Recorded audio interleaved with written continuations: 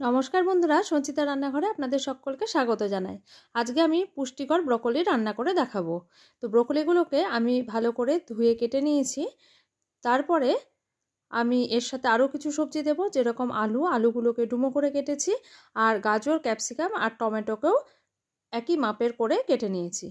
এবার কড়াইয়ে সর্ষের তেল গরম করে আলুগুলোকে ভালো করে কিন্তু ভেজে নিতে হবে। যতক্ষণ না আলুর গায়ে হালকা সোনালি রং ধরছে ততক্ষণ ভেজে নিয়ে তারপরে লম্বা করে কেটে রাখা গাজরের টুকরোগুলো দিয়ে ভালো করে ভেজে নেব। সবজির কাঁচা গন্ধগুলো যেন চলে যায় সেই দিকে লক্ষ্য রাখতে হবে, তাই সবজিগুলোকে একটু ভালো করে ভাজতে হবে।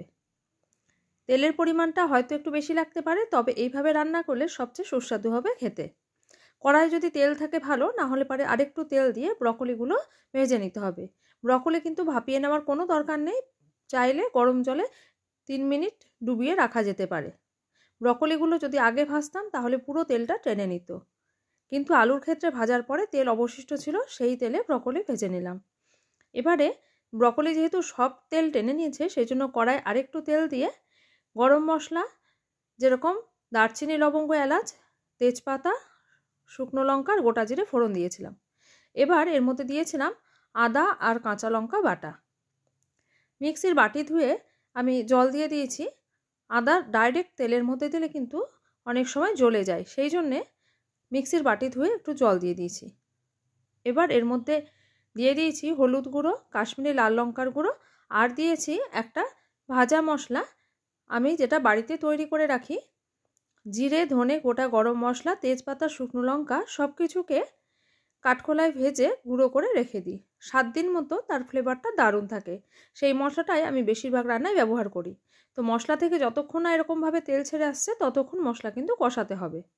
যদি তলায় একটু ধরে যায় মনে হয়, তাহলে অল্প গরম জলও দেওয়া যেতে পারে, তবে মাঝখানে আর তেল দেওয়া যাবে না।